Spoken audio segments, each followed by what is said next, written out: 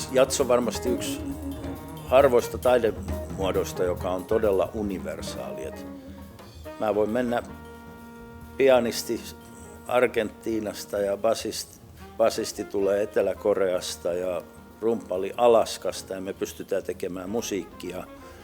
Vaikka olisi tilanne, ettei me pystyttäisi puhumaan mitään keskenämme, niin me voidaan silti luoda musiikkia. Jats on universaali kieli, joo, kyllä. Mulla on esimerkiksi tämmöinen puolalainen pianisti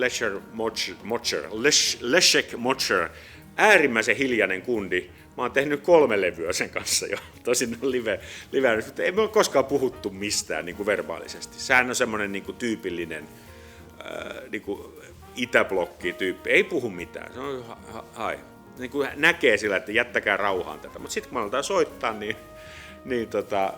homma toimii. Me ollaan kuunneltu samoja pianisteja, molemmat massiivisia Chick Corea-faneja, se kuuluu meidän soitossa. Me pystytään niin kuin non-verbaalisesti kommunikoimaan pianolla heti. Siinä on niin kuin sellainen niin kuin vedenpitävä todiste siitä, että se todella on universaali kieli. Jos on jazzmuusikot ja tietyllä tasolla, niin se on ihan sama mihin kaupunkiin sä menet jossain Euroopassa tai Amerikassa, niin sieltä sit vaan yhtäkkiä löytyy tyyppejä, kenen kanssa pystyy heti soittamaan ja tekemään musaa ja olemaan, niin, jotka on sama osa, tuntuu, että on niin sama yhteisöä.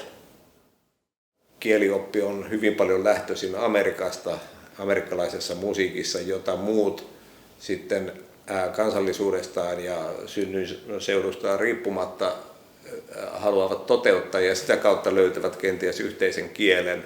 Jazz-improvisaatio on parhaillaan kuin tarinankerronta. Siinä on omia sääntöjä ja logiikkaa.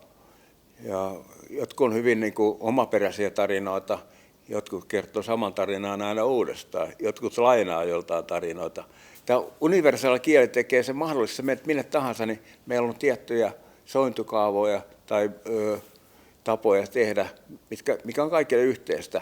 On samanhenkisiä tyyppejä, jotka puhuu sitä samaa kieltä, samaa musiikin kieltä yhdessä, niin silloin se tapahtuu jotain semmoista ainutlaatuista, semmoinen kohtaaminen, joka, niin kuin, jos on helposti niin kuin sen pohjalta on mahdollisuuksia synnyttää vaikka mitä.